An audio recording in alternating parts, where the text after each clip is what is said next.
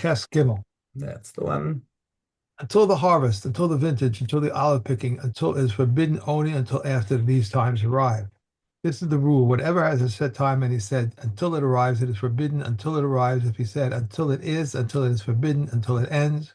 Whatever has no set time, whether he said until it is or whether he said until it arrives, it is forbidden only until it arrives. Until the fig picking, or until it is the fig picking, it is forbidden until the people begin to bring in the figs in baskets. Until the fig picking passes, it is forbidden until the mats are folded up. Until the harvest, it's forbidden until the people begin to gather in the wheat harvest, not the barley harvest. Everything in accordance to the place of his nether. If he was in the mountain, the nether refers to the harvest in the mountains. If it was in the valley, it would refer to the harvest in the valley. Until the rains, or until the rains are, it is forbidden until the second rain falls. From Shimon Gamaliel says until the time for that rain arrives, until the rain stop, it is forbidden until Nisan is over. These are the words of Reb Meir. Reb Yehuda says until Pesach is over. If one says Kohenam wine with respect to my tasting it this year, and the year is extended, it is forbidden during it and during its extension until it said at the start of Adar. It is forbidden until the start of the first of Adar, until the end of Adar. It is forbidden until the end of the first Adar. Rabbi Yehuda says if one says Kohenam wine with respect to my tasting until it is Pesach, it is forbidden only until the night of Pesach, since his intention was only until the time when it is customary for the people to drink wine. Okay. Um, Fine. Vav. Amar konam basar she'eni to'em aji hey hatzom. So he takes a neder from meat until the fast will be. Okay, so what does that mean? Eno asar ela ad lele hatzom. Until the night, he's only asar until the night of the fast. Shelonis kaven ze ela ad sha'a shederech b'nei adam nechol basar. Because people are going to eat meat before. This is talking about on Erev Yom Kippur, Right. right? So people will have meat on Erev Yom Kippur, so they've got strength for the fast, and that's mistama what he meant. Rabbi Yossi Beno Omer, Konam Shum She'eni To'em Ad Shetahei Shabbos. Um, so he says, what about, he says garlic, if somebody takes a neder from garlic until it will be Shabbos. Eino Asar Ila Ad Leile Shabbos. The Isser is only until Shabbos night because that's when he's supposed to be eating his garlic, right? Shelonis Kaven Ze Ela Ad Shah Shederech B'nei Adam Nechol Shum. Okay, all according to the what people are understood to mean. Um, yeah. האומר לחברו, קונם שאני נהנה לך, אם אין אתה בא ונוטל לבניך, קור אחד של חיטין ושתי חביות של יין. Okay, so what's the situation? There's a guy who really wants to give a wedding gift, a very generous wedding gift to his friend's son, and his friend says, "Listen, that's too much. That's lo naim to accept such a big gift." And he says, "Well, uh, you will have it's going to be a neder on you on me for you to benefit from me for you to benefit from me if you don't come and take this big gift, okay? A core of wheat and 2 barrels of wine, okay? הרי זה יכול להפר את נדרו שלו על פי חכם. He can annul his vow without even going to a rav. Okay, how? ויאמר לו, because the recipient can say to him, "Listen, klum amarta ela mipnei kvodi. Didn't you do this because you wanted to honor me? You wanted to do something nice for me? Okay, zeo kvodi. My honor is that I shouldn't have to take huge gifts." Okay, v'chein ha'omer lechavero. What happens if he says to his friend, "Konam she'ata neneli im ein ata ba v'nosen livni kor echad shel chitin ushtei chavios shel yain." What if it's the other way? He demands a gift and says, "If you don't give my son a gift, then there's a neder, and we'll be on no speaks." Okay, so what if it's in that reverse direction? Rabbi Meir Omer Asur ad shiyitain. He says, no, that's a binding neder. But Chachamim Omrim Af ze yachol lafer es nidro shelo al pi chacham.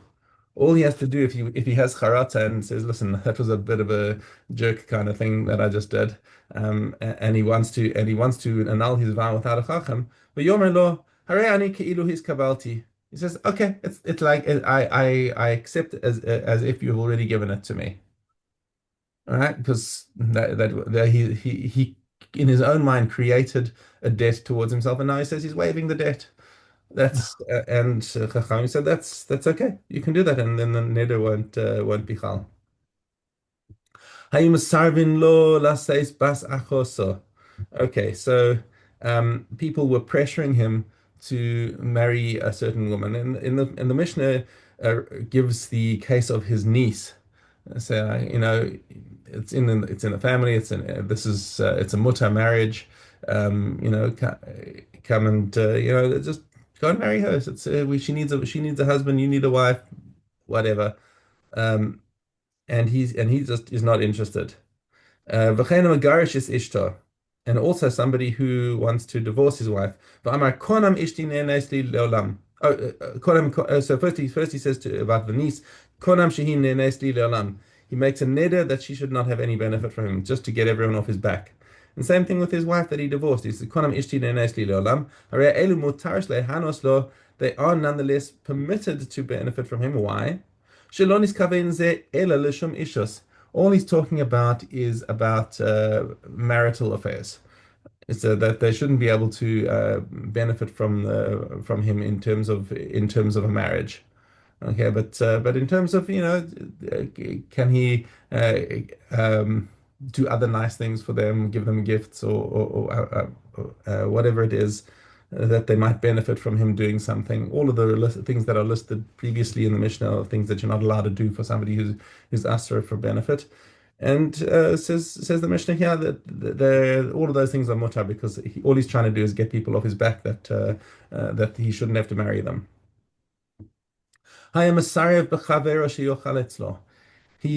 He's trying to get his friend to come and eat by him. Amar konam leveischa she'eni nichnas tipas tzonen she'eni to'em lach. Um, and he said, "Look, I don't want to come." And now his friend gets angry with him and says, "It's a konam to your house that I will not enter it, and konam even a drop of cold water that I won't drink from you." Mutar likanes lebeiso v'lishtos mimenu tzonen. Why? What's this? It's exactly contradicting what he explicitly said in his Mishnah in his neder. It's mutar to go into his house and to drink from him cold water. Shelo niskaven ze ela l'shum achila ushtia. All he is talking about is achila and shtia. So hang on, what is the tzonen then? Um, at a soda. In other words, a casual drink is fine, but and going into his house even is fine. But his neder just covers having a soda with him. That's okay. Based again on the context in which the neder was made. Rabbi Lezer Omer, Poschin Adam before Aviv ve'imo. So now we want to look at Hataras Nedarim. Okay, and we want to be able to, if somebody has charata about a neder that he made, and he wants to come and get it removed. So now we've got to try and, this is another big chiddush which isn't listed anywhere in the Torah. It tells us all about the fact that he's not allowed to violate his word, but the whole idea of Hataras Nedarim is a massive chiddush. The fact that you can actually undo something which is now an Isser Torah. So so what do we do is we find a way to prove that he was not fully conscious of the consequences of his actions, that his neder was not chal because it was taken under false pretenses. So basically the whole thing was an error on his part, and he didn't really mean it, and therefore it wasn't chal in the first place. So this is the mechanism of hataras nedarim. Okay. As distinct, by the way, from hafaras nadarim, which is what a father can do for his underage daughter, and what a husband can do for his wife. All right. If either of them here, that's the daughter or the wife, has made a neder, he can be mayfair against her will, first of all, and it is and it doesn't need to find a petach. He just needs to carry it and say, okay, ani mefer, it's annulled, and he has that's explicitly given as something that the father or the husband can do in the Torah. So Hataras Nedarim is the one that's a little more on shaky ground. Okay, Poschim Adam Bichvod Aviv Imo. So you can find a heter for a person in his neder by through the honor of his parents. How do you do that? Chachamim Osrin. Um, so Chachamim say this is not going to work. Now, what does it mean, Aviv Imo? That you ask the person if you knew that through your father you would offend the honor of your parents, and people will scorn them because you are because you're always making Nedarim and say, oh, this is Fred who keeps making Nedarim, and those are his parents, that guy who keeps making Nedarim, and they'd be embarrassed that you've got a reputation as somebody who makes Nedarim. So they asked this to Fred, and Fred says, oh gosh, if I'd known that it was going to embarrass my parents like that, I would never have made the neder. So says Rabbi Eliezer, yeah, that's a legit way of getting a neder annulled. And Chachamim say, no, that is not legit. Sorry. Amar Rabbi Tzadok. Rabbi Tzadok comes and explains. Ad sheposchin lo bichvod aviv ve'imo, yiftechu lo bichvod hamakom. You should never mind his parents. It's ilu an affront to Hakadosh Baruch Hu that a person goes around making nedarim. Im kain ein nedarim, and in that case, then you've completely eliminated the whole institution of nedarim, because anytime somebody makes a neder, you can say, do you know that Hashem doesn't like it when people make nedarim? Okay, so and then say, oh, no, I didn't realize. Then you got no such thing as a neder. Okay, umodim chachamim leRabbi Eliezer b'davar shebeinu lebein aviv ve'imo. However, so the chachamim concede the point to Rabbi Eliezer if the matter that was a neder is something that is between him and his parents. Sheposchin lo b'chvod aviv ve'imo. So let's say he took a neder from his parents, from having a meal with his parents, or from having a nav with his parents. And then you can say, that neder is like direct insult to your parents. So I didn't think of it that way before. Okay, that should have been blindingly obvious, but okay, that's nonetheless a heter for his neder. Okay, let's go back to Vav Okay. Aleph. Above Aleph. One who makes a matter prohibiting what is cooked is permitted what is roasted and what is overcooked. If he said, Kohanam, cook food with respect to my tasting, it is forbidden to taste soft food baked in a pot, but permitted to taste solids. If he is permitted for a taste, he is permitted to taste soft-boiled eggs and a gourd baked in hot ashes. One who makes a net prohibiting something prepared in a pot is forbidden only of boiled food. If he said, Kohanam, what goes into a pot with respect to my tasting it, is forbidden whatever is cooked in a pot. If he prohibited this preserved food, he is forbidden only preserved vegetables. Preserved food with respect to my tasting, he is forbidden all preserved food. For seethed food, he is forbidden only seethed meat. Seethed food with respect to my tasting, he is forbidden all seethed foods. The roast, he is forbidden. The roast, he is forbidden only roasted meat. These are words of Rabbi Yehuda. Roast with respect to my tasting, he is forbidden all roasted foods.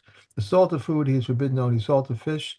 Salted food with respect to my tasting, he is forbidden all salted foods. Okay. Right. Okay, Vav.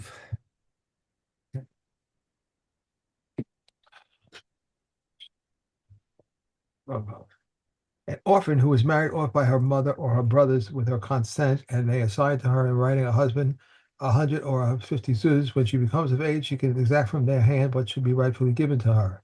Rabbi Yehuda says if he married off the first daughter, the second one shall be given the manner that gave the first one. The sages, however, said sometimes a man is poor and he becomes rich, and a rich and becomes poor. Rather, they praise the property he can give her.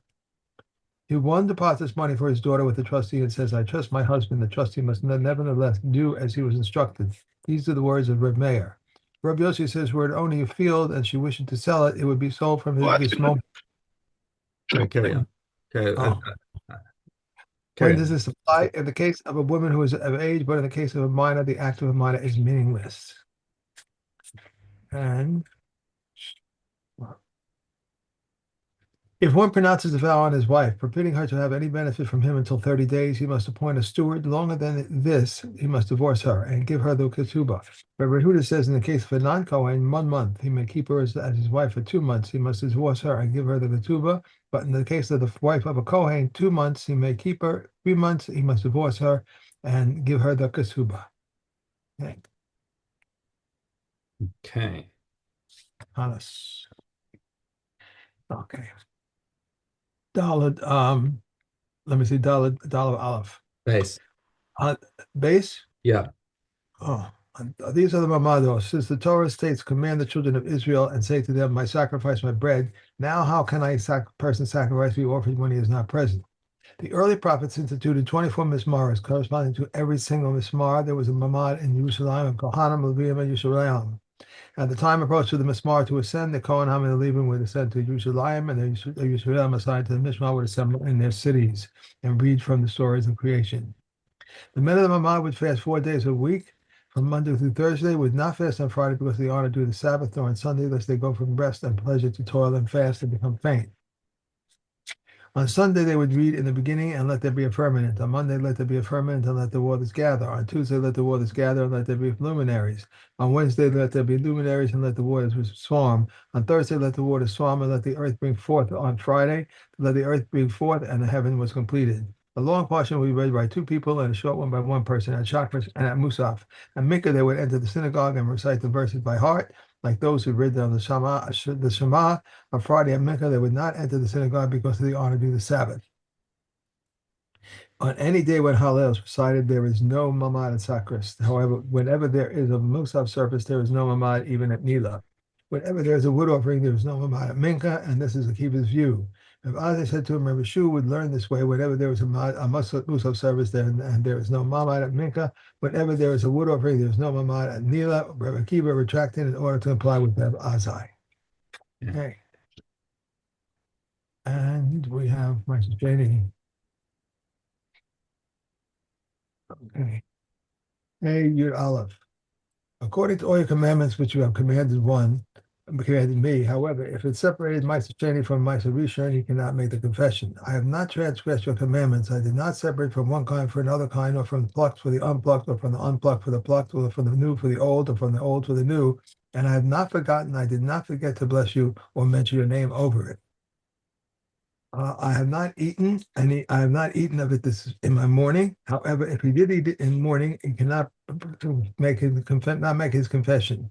Neither I have consumed any part of it when unclean. However, if he did separate it from it when it unclean, he cannot make the confession, nor given it of it for the dead. I have not brought from it from a coffin or shrouds for the dead, nor have given it to any of the mourners. I have hearkened to the voice of the Lord my God. I brought it into the chosen house. I have done according to all that you have commanded me. I rejoice and cause others to rejoice with it. Look down from your holy habitation from heaven. We have done what you imposed upon us. Do also what you promised us? Look down from your holy habitation from the heaven and bless your people, Israel, with sons and daughters in the land which you have given us, with dew and rain, with the offspring of cattle. As you swore to our fathers, a land flowing with milk and honey, that it may impart flavor to the produce. Nedarim.